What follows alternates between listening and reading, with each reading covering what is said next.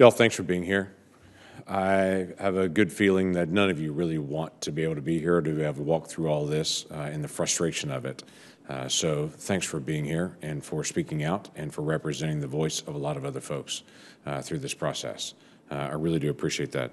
Mr. Christensen, I want to ask you a question that's been asked before on this, and I want to be able to do some follow-up on it. It is when the command leadership was taken out of the equation, they lost an advocate. The plan was there'd be other advocates that are there, but it's our understanding those advocates are not able to articulate that. Why?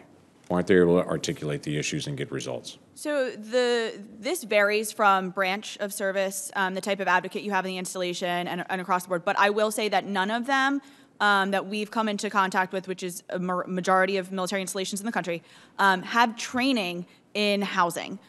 So they are not equipped to understand what an inspection should look like. For example, I'll give you in North Carolina. There are certifications for home inspection, but the person who is supposed to be your advocate is going to walk through your home and tell you whether or not something is awry in your home. And I have seen them miss gas leaks. I've seen them miss mold. I've seen them miss lead chipping, and they walk through a lot of the times with the housing company themselves, and they lean on, in this case, they lean on Balfour Beatty's assistance to understand what's actually going on in the home because they are not trained. Okay, so what's the solution to that? Are you suggesting some sort of state certification before they can do that? Some sort of federal certification for that? Absolutely, and industry standards. So they need to follow state laws. So someone who would be providing the same type of inspection at a other facility off of the installation, they need to be trained in understanding the state law, the fire codes, anything that you would need if you were to inspect a home off the installation. Would you put that person under the authority of your commanders at that point to be able to have, again, where you've got somebody that they answer to for it, or who do they work for? Personally, I would hope that we would have a true third party outside of the partnership, because this is not just a contractor.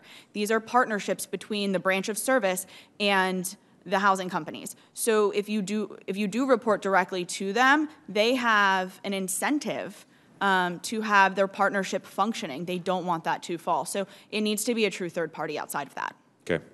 So Balfour in my state, Tinker Air Force Base, the largest of the sustainment facilities in the country, and then Altus Air Force Base.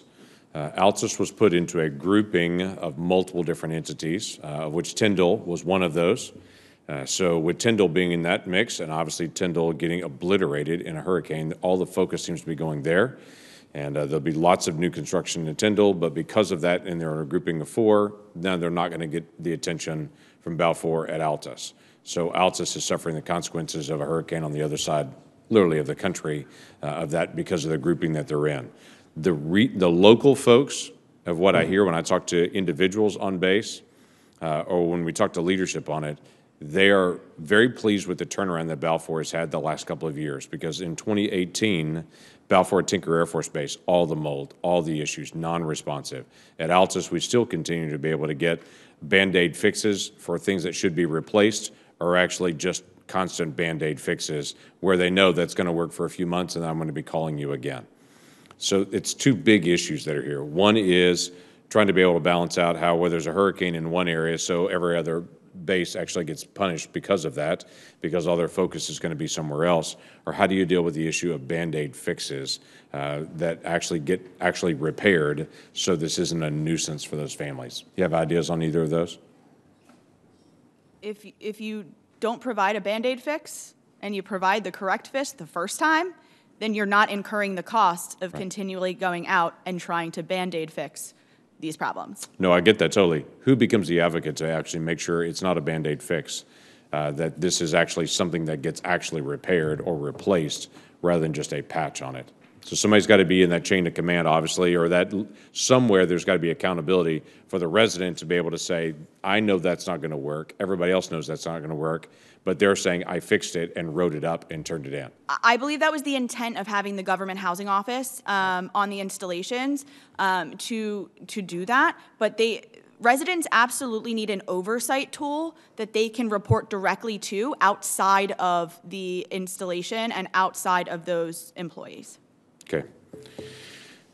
I'm running out of time on this. I want to be able to honor time. Mr. Shores, I want to be able to ask you this as well. Excuse me, let me just go ahead and call you by your title, by Tech Sergeant. Yes, sir. Thanks, by the way.